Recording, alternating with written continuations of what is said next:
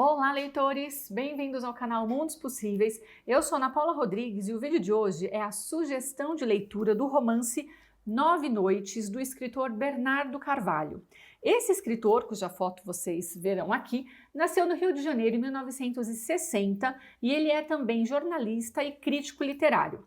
Ao longo dos últimos 20 anos, ele tem uma consistência de publicações, não só em quantidade, mas também em qualidade das suas obras, inúmeros romances, coletâneas de contos também. Ao longo de vários anos, ele contribuiu com crônicas e textos de crítica literária para o jornal Folha de São Paulo, e muitos desses textos foram reunidos em 2005 numa obra cujo título é O Mundo Fora dos Eixos, que também é uma leitura interessante, fica aí a dica.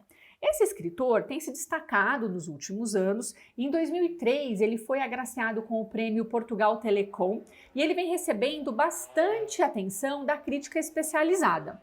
Esse é um dos motivos pelos quais, agora em 2021, ele entra na lista dos livros obrigatórios da FUVEST.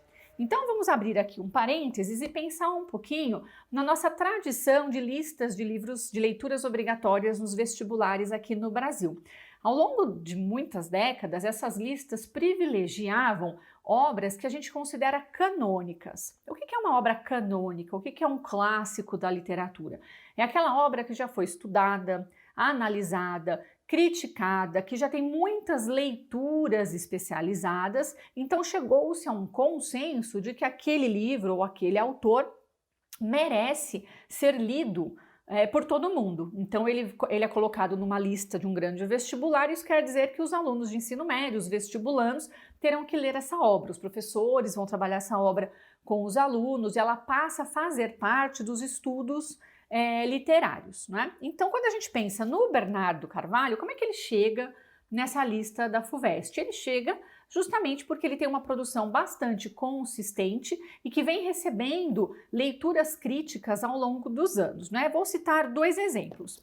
Esse livro aqui, que é da professora e pesquisadora Beatriz Rezende, ele é de 2008, é um livro intitulado Contemporâneos, é um livro muito interessante, em que a professora da Universidade Federal do Rio de Janeiro faz um panorama na literatura brasileira da primeira década desse nosso século XXI. Ela vai tratar de diversos autores, vai falar das questões que são semelhantes em muitos autores, dos temas recorrentes, né, das questões críticas, e ela tem um capítulo nesse livro muito interessante, chamado Manifestações Contemporâneas, Algumas Apostas. Nesse capítulo, ela vai apostar em alguns autores que ela considera que serão representantes dessa nossa literatura brasileira contemporânea. E quem é o primeiro autor que ela cita? Bernardo Carvalho, não é? Ela vai fazer aqui, vai dedicar inúmeras páginas, não é, à leitura crítica dos romances do Bernardo Carvalho, apontando aí qualidades, não é, que garantiriam a ele, de acordo com a visão dela lá em 2008, garantiriam a ele um lugar de destaque na nossa literatura brasileira contemporânea. Ao que tudo indica, ela acertou, porque esse livro já tem aí 12 anos, ao longo desses 12 anos ele publicou diversos romances, vem sendo estudado dentro da academia. Vou usar um outro exemplo, que é a dissertação de mestrado de um colega da PUC São Paulo, o Luiz Guilherme Sakai, que tem um trabalho super bonito sobre esse romance, O 9 Noites. Então foi a dissertação do Luiz e esse livro que eu usei como base para essas reflexões que nós faremos no vídeo de hoje, tá? Então vamos lá. O nosso romance, que foi publicado em 2002, começa da seguinte maneira. Eu vou começar já fazendo a leitura porque ele tem um começo de romance muito bom, muito interessante, tá? Então você aí que abriu o livro, claro que a primeira coisa que você vai perguntar é: que 9 noites, né? 9 noites do quê? Não sabemos ainda. Então o romance começa assim. Isto é para quando você vier. É preciso estar preparado. Alguém terá que preveni-lo. Vai entrar numa terra em que a verdade e a mentira não têm mais os sentidos que o trouxeram até aqui. Pergunte aos índios qualquer coisa, o que primeiro lhe passar pela cabeça, e amanhã, ao acordar, faça de novo a mesma pergunta. E depois de amanhã, mais uma vez. Sempre a mesma pergunta. E a cada dia receberá uma resposta diferente. A verdade está perdida entre todas as contradições e os disparates. Quando vier à procura do que o passado enterrou, é preciso saber que estará às portas de uma terra em que a memória não pode ser exumada, pois o segredo, sendo o único bem que se leva para o túmulo, é também a única herança que se deixa aos que ficam, como você e eu, à espera de um sentido, nem que seja pela suposição do mistério, para acabar morrendo de curiosidade. Virá escorado em fatos que até então terão lhe parecido incontestáveis, que o antropólogo americano Buell Quinn, meu amigo, morreu na noite de 2 de agosto de 1939, aos 27 anos, que se matou sem explicações aparentes, num ato intempestivo e de uma violência assustadora, que se maltratou a despeito das súplicas dos 2 índios que o acompanhavam na sua última jornada de volta da aldeia para Carolina, e que fugiram apavorados diante do horror e do sangue, que se cortou e se enforcou, que deixou cartas impressionantes, mas que nada explicam, que foi chamado de infeliz e tresloucado em relatos que eu mesmo tive a infelicidade de ajudar a redigir para evitar o inquérito. Passei anos à sua espera, seja você quem for, contando apenas com o que eu sabia e mais ninguém. Mas já não posso contar com a sorte e deixar desaparecer comigo o que confiei à memória. É um começo excelente de romance, não é? Que já tem 300 coisas que a gente poderia falar só desta página. Vou destacar algumas, né, para a gente ir entendendo como é que essa história começa. Então, primeiro, quem é este narrador? Não sabemos, não é? Ele vai começar da seguinte maneira: isto é para quando você vier. Você quem? Você leitor? Não sei. Então, percebam que a gente já tem um enigma, já tem um mistério aqui de cara. E aí percebam, não é, que as palavras mistério, contradições, disparates vão aparecer nesse primeiro parágrafo. Então, leitor querido, é isso que você vai esperar do romance. É mistério, é contradição, é disparate em todas as páginas, né? Se prepare. Percebam que o nosso narrador, que a gente ainda não sabe quem é, ele vai nos avisando. É preciso estar preparado, viu, leitor? Leitor, né? E ele vai dizer: a verdade e a mentira não têm mais os sentidos que o trouxeram até aqui. Então, muito desse romance muito dessa história que vai ser contada, está nesse limiar, que é esse espaço do meio, que não é uma fronteira, assim, uma divisão concreta, mas é um espaço de intervalo entre o que é a verdade e o que é a mentira. O que são os fatos reais e históricos e o que é a ficção. O que aconteceu e a memória, porque a nossa memória, quem é que pode confiar na memória? Ninguém, não é? Então percebam que é nesse espaço de limiar, de contradições, de disparates, de mistério e de dúvida, que esse romance se instaura em todas as páginas. Então tenham isso em mente aí, porque o nosso narrador já está nos alertando no primeiro parágrafo, tá? Outra coisa interessante que ele vai dizer que ele está aqui, ó, ele vai dizer assim: você e eu, à espera de um sentido. Primeiro, quem é você? Não sabemos ainda. Quem sou eu, este narrador que vos fala? Também não sabemos ainda. Mas todos nós, não é? Você, eu, todos os leitores, o que nós queremos da vida? Nós estamos sempre à espera de um sentido. De uma certa forma, a arte e a literatura, o romance, tentam atribuir sentidos à nossa vida. É isso que a ciência vai fazer também, é atribuir sentidos àquelas coisas com as quais nós nos relacionamos e que muitas vezes nós não entendemos, não compreendemos, não é? De uma certa maneira, a religião também vai fazer isso, vai tentar dar explicações, atribuir sentidos para aquilo que não tem sentido, para o caos que é a nossa vida, sempre, não é? Então é interessante pensar nisso, qual será o sentido que esse narrador espera, não é? Qual será o sentido que ele deseja que a pessoa que vai ler é um testamento, né? O que essa pessoa espera Não sabemos, mas é interessante pensar nisso, que o romance também está tentando atribuir algum tipo de sentido, ainda que seja no mistério, como ele vai dizer aqui. Outra coisa interessante é que ele vai dizer que você que vem escorado em fatos que até então terão lhe parecido incontestáveis. As suas verdades, aquelas coisas nas quais você acredita, quando você abre o romance, você vem com tudo isso, não é? E o que esse romance vai fazer com você? Vai misturar tudo isso, ele vai desestabilizar tudo isso. E aí a verdade, a mentira, o caos e a organização, tudo isso se mistura e a gente fica num estado de limiar, fica aí no meio do caminho. E aí depois ele vai dizer o seguinte, e aí ele vai dizer, né? Então vamos lá, quem é esse Buell Crane que aparece? É uma das personagens principais do romance. E aqui nós temos um fato histórico de verdade. Esse cara é um antropólogo americano de verdade que existiu, tem certidão de nascimento, tem foto. Ele veio para o Brasil nos anos 30 do século passado para fazer uma pesquisa antropológica junto com um grupo, uma tribo indígena lá no Xingu. E aí depois disso ele vai para o Maranhão, para essa outra aldeia. Então é verdade, isso são fatos, tem registros, fotos e tal. E aí o que se sabe como fato é de que aos 27 anos de idade ele se suicida. Numa morte horrorosa, super trágica, sem explicação. Isso são fatos reais. E ele deixou cartas impressionantes, mas que nada explicam. E aí é o começo do nosso mistério. Porque o que a gente consegue encontrar sobre esta pessoa, esse fato histórico, é uma parte desse romance. E a outra parte é o quê? Ficção.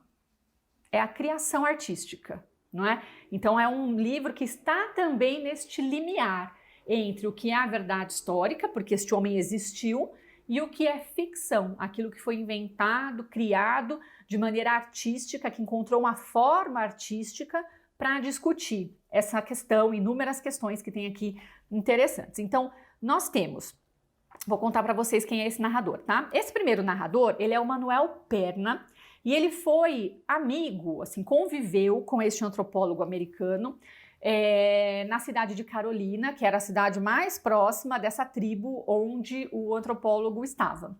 Amigo assim, ele hospedou durante algumas noites, né, o antropólogo falava um português muito ruim, o Manuel não falava lá um inglês que fosse grande coisa, então percebam que a gente já tem um primeiro ponto de inflexão aqui, porque essas 9 noites do título são as 9 noites em que o antropólogo e o Manuel sentaram na varanda da casa e conversaram. Ao longo dessas 9 noites, o antropólogo teria contado coisas da sua vida para esse Manuel, que guardou na memória ao longo de muitos anos, para depois escrever o que seria este testemunho, né? Acho que é uma palavra melhor. Então ele escreve esse conjunto, esse texto, para alguém que viria atrás, que viria em busca desse texto. A gente não sabe quem é. Então, 9 noites começa com esse relato das 9 noites em que o Manuel escutou tudo que o antropólogo tinha para falar. Mas vamos lá, né? Eram 2 idiomas, nenhum dos dois dominava muito bem o idioma do outro, então que tanto que esse Manuel entendeu que era realmente o que o antropólogo estava falando, né? Que tanto esse antropólogo americano entendeu do que o Manuel questionava. Então a gente já tem um primeiro limiar de dúvida aí. O segundo limiar é a questão da memória, porque o Manuel está lembrando anos depois do que aconteceu. Será que a gente pode confiar nessa memória? Vou dar uma dica para vocês. Aqui na minha página 100, o nosso Manuel, né, continuando no seu testemunho aí enviado para alguém que a gente não sabe quem é, vai dizer o seguinte, que ele está escrevendo: o que eu ouvi, já não sei se foi fato ou fruto de um conjunto de imaginações, minha e dele, a começar pelas visões de que me falava, porque o antropólogo contava para ele das pesquisas que ele tinha feito com outros povos em outras regiões, dos sonhos que ele tinha, ele descrevia essa praia paradisíaca onde ele tinha estado durante um tempo. Agora vamos pensar que tanto que ele descrevia corresponde ao tanto que esse Manuel, num outro idioma, conseguiu compreender. não é? O quanto desse paraíso não era o paraíso do próprio Manuel. Então, são questões para a gente pensar. Então, esse primeiro narrador, ele traz as questões desse testemunho sobre o que ele ouviu, sobre esta memória, que é uma memória também que a gente não pode confiar muito, tem um pouco do que ele criou a partir do que ele escutou e também tem muito de autorreflexão. Para quem nos acompanha aqui no canal, tem outros vídeos em que eu falei de romances escritos em primeira pessoa, em que esse traço da autorreflexão é importante, porque o Manuel está fazendo uma espécie de testamento do antropólogo, que já está morto, mas dele também. Então, ele, em vários momentos desse relato, ele pensa, mas por que eu pensei isso? Por que eu falei? Por que eu não perguntei tal coisa? Né? Então, o quanto ele se transformou com a relação, né, com o antropólogo e também ao longo dos anos. Então, tem esse traço autorreflexivo bastante importante. Só que, além deste narrador, nós temos um outro narrador que vai aparecer. E aí eu vou ler para vocês o momento em que esse narrador aparece. Na minha edição, está na página 11. E aí é interessante só vocês prestarem atenção que existe uma mudança gráfica. Quando é o Manuel que narra, a letra está em itálico. Quando é este outro narrador, ela está normal, né? Então o outro narrador começa assim. Ninguém nunca me perguntou. E por isso também nunca precisei responder. Não posso dizer que nunca tivesse ouvido falar nele, mas a verdade é que não fazia a menor ideia de quem ele era até ler o nome de Buell Quinn pela primeira vez num artigo de jornal, na manhã de 12 de maio de 2001, um sábado, quase 62 anos depois da sua morte, às vésperas da Segunda Guerra. O artigo saiu meses antes de outra guerra ser deflagrada. Hoje, as guerras parecem mais pontuais, quando no fundo são permanentes. Li várias vezes o mesmo parágrafo e repeti o nome em voz alta para me certificar de que não estava sonhando, até entender, ou confirmar, já não sei, que o tinha ouvido antes. O artigo tratava das cartas de outro antropólogo que também havia morrido entre os índios do Brasil em circunstâncias ainda hoje debatidas pela academia. E citava de passagem, em uma única frase, por analogia, o caso de Buell Quinn, que se suicidou entre os índios Craô em agosto de 1939. Primeira coisa que a gente percebe é que existe uma mudança no registro.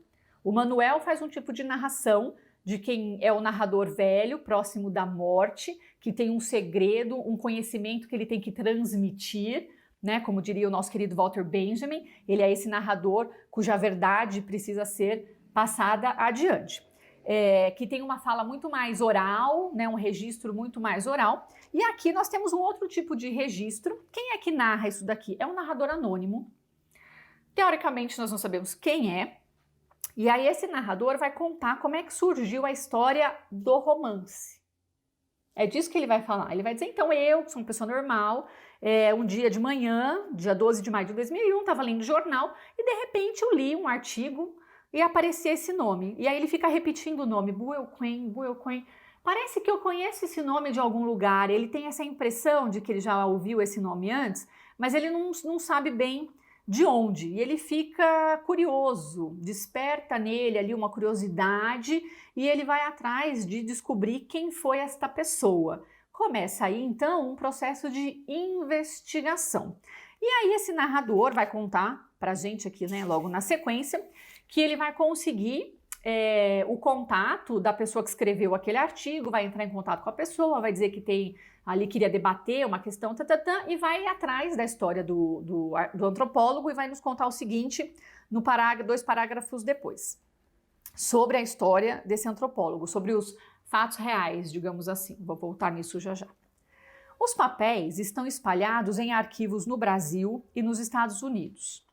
Fiz algumas viagens, alguns contatos e aos poucos fui montando um quebra-cabeça e criando a imagem de quem eu procurava. Muita gente me ajudou, nada dependeu de mim, mas de uma combinação de acasos e esforços que teve início no dia em que li, para o meu espanto, o artigo da antropóloga no jornal e, ao pronunciar aquele nome em voz alta, ouvi-lo pela primeira vez na minha própria voz. E aí nós temos este narrador que é um jornalista investigativo, digamos assim, e que vai atrás dessa história. Então, primeiro ele vai pesquisar na internet, né, porque a história se passa em 2001, diferente daquele narrador dos anos 40, que conviveu, né, com um antropólogo lá numa cidadezinha pequena do Maranhão. Então, percebam que os registros são diferentes. Esse nosso narrador vai procurar na internet, vai procurar nos arquivos do Museu Nacional do Rio de Janeiro, vai entrar em contato por e-mail e por telefone com vários antropólogos famosos, importantes, alguns que tinham convivido, né, lá nos anos 40 com esse Buell Quinn, vai entrar em contato e vai começar a levantar essas informações. E aí ele vai contando pra gente, não é? Todas as informações que ele vai levantando. Chega uma hora que ele vai pro Xingu e fala, gente, eu vou lá, porque eu quero viver na aldeia que ele viveu. Ele vai ficar obcecado, ele fica doido com essa história e ele vai pro Xingu. E aí ele vai viver nessa aldeia durante uns dias, perguntando para os índios se alguém lembra, se alguém conviveu, né, se alguém conhece alguma história. Ele vai atrás desse Manuel para saber dele alguma informação. E aí, além desses dois narradores, nós temos outras narrativas, porque são as cartas. Lembram que lá no comecinho, no primeiro texto, o Manuel fala assim, ele deixou várias cartas que não explicam nada? Pois o nosso segundo narrador vai atrás das cartas, ele vai achar as cartas e ele vai, e é de verdade, ele vai transcrever as cartas no romance. Então nós vamos também, como leitores, construindo o nosso quebra-cabeça sobre quem foi esse antropólogo. Nessa edição do livro nós temos fotos dele, nós temos o que várias pessoas, né, que trabalharam com ele, familiares, escreveram sobre ele, nós temos o que o nosso narrador principal conta sobre ele, e nós temos o que o Manuel, que é esse narrador que conviveu com ele lá nos anos 40, conta sobre ele. E o que cada um deles conta é divergente, conflitante entre si. É como se cada um tivesse convivido com uma pessoa. Então, lá no começo, quando o nosso narrador, Manuel, narrador da tradição, nos avisa e nos fala do mistério, nos fala da contradição, é porque é isso que a gente vai encontrar no romance, não é? E é um romance de dúvida. Isso é muito interessante a gente pensar. Ele é um romance sobre a dúvida. Cada vez que o narrador está chegando perto de descobrir alguma coisa, isso se desfaz, não é? Então tem vários enigmas, vários mistérios. Então o primeiro enigma que vai aparecer é o seguinte: será que esse antropólogo americano, que tinha uma certa respeitabilidade acadêmica, que estava fazendo um trabalho importante, será que ele se suicidou mesmo? Se sim, por quê? O nosso narrador vai investigar essa hipótese. Mas será que ele não se suicidou e aí nós temos um crime? E aí, quem matou? Por que matou? Nosso narrador vai investigar essa hipótese também. O romance começa num ritmo bastante avassalador, assim, quase um romance policial investigativo mesmo, porque é um levantamento de provas e dados, e a gente vai querendo criar na nossa cabeça um sentido, atribuir um sentido. A gente quer que essa história faça sentido. Mas, leitor, o narrador avisou na primeira página. Vai fazer sentido? Né? Ele disse, você deve estar preparado, né? O narrador nos avisou. Bom, então uma das coisas que eu acho mais interessantes no romance é a maneira como ele foi construído com esses vários narradores, né? As cartas, as fotos, os depoimentos, os testemunhos, tudo isso é uma maneira muito interessante de fazer a construção, é uma das coisas mais legais. E aí, tem outros pontos que também são interessantes. A gente podia pensar, por exemplo, por que essa figura do antropólogo, né? Quem é o antropólogo? Quem é essa pessoa que vai conhecer uma outra cultura, estudar, descrever essa cultura? Vamos pensar que isso é uma coisa interessante. Por que essa cultura é a cultura indígena brasileira? Por que esse antropólogo estava lá no Xingu? Por que esses dados são importantes, não é? E aí é interessante a gente pensar que existem dois contextos históricos nessa narrativa. O contexto histórico do Estado Novo, lá no final dos anos 30, inclusive tem uma menção importante ao Estado Novo, porque no momento em que o antropólogo americano estava lá no Xingu, ele recebe uma carta dizendo que ele tem que voltar para o Rio de Janeiro para prestar esclarecimentos, essa carta existe e tal, porque havia uma questão ali dessa vigilância do Estado Novo sobre que tipo de informação ele teria acesso ou não. Então isso é um contexto histórico interessante para a gente pensar, ter isso em mente sobre os anos final dos anos 30, e o outro contexto é esse contexto de 2001, que é logo depois do atentado do 11 de setembro às Torres Gêmeas lá nos Estados Unidos. Então esse também é um contexto, por isso que quando o nosso narrador fala sobre guerra, né, de que estava prestes a começar uma outra guerra, ele está falando desse momento. E aí, como nós temos fatos históricos muito importantes que aparecem como pano de fundo, não é? Como o Estado Novo aqui no Brasil e os atentados do 11 de setembro nos Estados Unidos, nós temos esse antropólogo que existiu de verdade, isso é um fato, não é? Esses fatos históricos podem nos encaminhar para dois tipos de leitura dessa obra, não é? Uma delas se encaixaria naquilo que a gente chama de romance histórico. O que é o romance histórico? Nós tivemos aqui no Brasil grandes representantes do romance histórico porque ele tem, em geral, a intenção de louvar a história nacional. Então, quando a gente pega aqueles romances, principalmente quando a gente pega o José de Alencar, por exemplo, ou romances que o antecederam e que tinham como objetivo mostrar como o Brasil era grande, importante, bonito, legal, blá, blá, blá, blá. Então, essa ideia de louvar a história nacional é muito característica dos romances históricos, né? Aqui a gente tem muitos fatos históricos, mas a intenção não é assim de louvar, né? Mas vamos continuar. Outra característica também dos romances históricos é a ideia de revelar o Brasil para os brasileiros. O que é uma coisa muito interessante, o José de Alencar também fez muito isso. Quando ele escreve, por exemplo, Tio, sobre o interior de São Paulo, quem é que no Rio de Janeiro, lá naquela época, sabia o que era o interior de São Paulo? Quando ele escreve um romance sobre o sul do Brasil, quem é que lá no Nordeste sabia como é que era o sul do Brasil? Então, essa tentativa de mostrar o Brasil para os brasileiros vai se repetir ao longo da nossa história literária inúmeras vezes. E aí, de uma certa maneira, a gente conhece um pouco do Xingu, por exemplo, a partir desse livro. Então, a gente realmente conhece algumas coisas que nós, de outras regiões, muito provavelmente não conheceríamos, as descrições até antropológicas, né, etnográficas que são feitas, tem um pouco dessa questão. Uma outra característica, que na verdade um outro momento do romance histórico no Brasil é aquele momento mais antropofágico do modernismo, no sentido de pegar o passado, entender o passado e transformar numa outra coisa, de pegar o que é estrangeiro, entender aquilo e transformar numa outra coisa que seja mais próprio da nossa cultura. Então a gente tem de um lado o romance histórico e de outro lado a metaficção historiográfica, que é um conceito mais recente, é um conceito que tem como base a oposição, digamos assim, a oposição, na verdade a desestabilização da oposição fato-ficção. Né? Quando a gente pensa na primeira página do romance, quando ele fala verdade e mentira, tem um viés aí que a gente poderia pensar. A metaficção historiográfica também tem uma qualidade reflexiva muito grande no sentido de questionar e problematizar o que se considera a história oficial e também de considerar o que é o fazer literário, o que são as escolhas, não é? Então, como eu falei no começo, o romance ele é um romance de limiar. Ele não está nem na verdade nem na mentira, nem nos fatos históricos simplesmente, nem na pura ficção.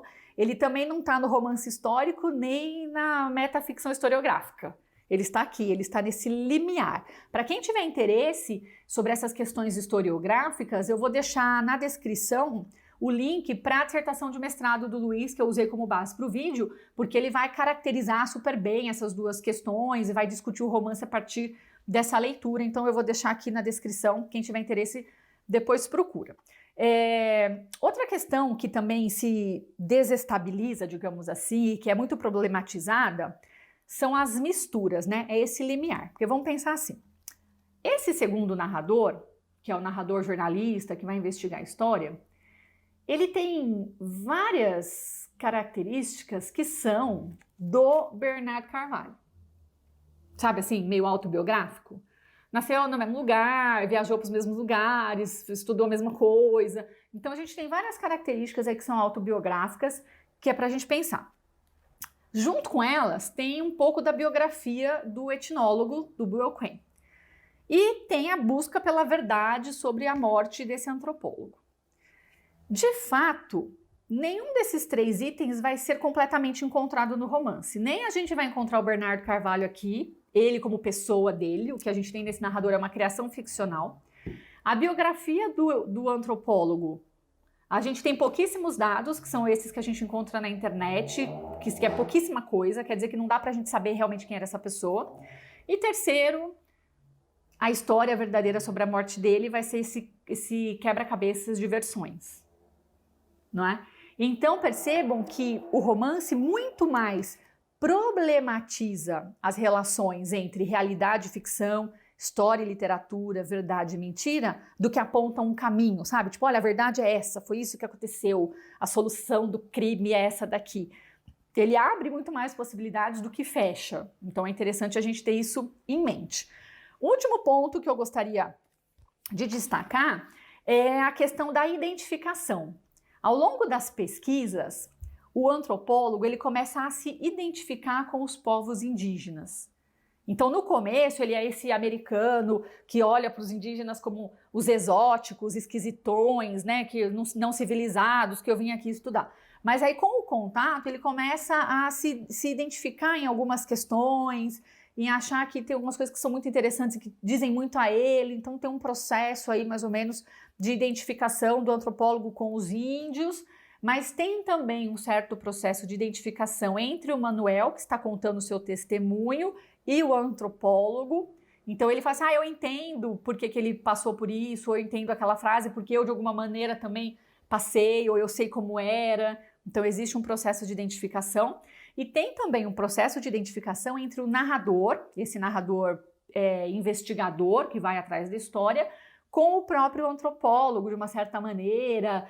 É muito interessante perceber que eles vivem todos nesse limiar de identificação e que nós, como leitores, de uma certa maneira, lemos romance, lemos literatura para isso, porque a gente se identifica mais com esse, menos com aquele, se entende porque viu a história daquele outro.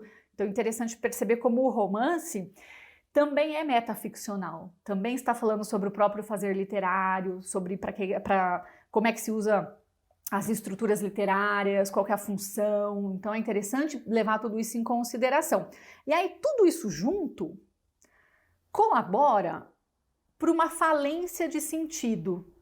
É impossível descobrir a verdade dessa história que aconteceu há 70 anos e que ninguém mais que estava lá sobreviveu para contar. Então é impossível fazer um sentido. Como de uma certa maneira é impossível fazer, né, atribuir um sentido único para a nossa experiência, não é, para o caos no qual estamos mergulhados.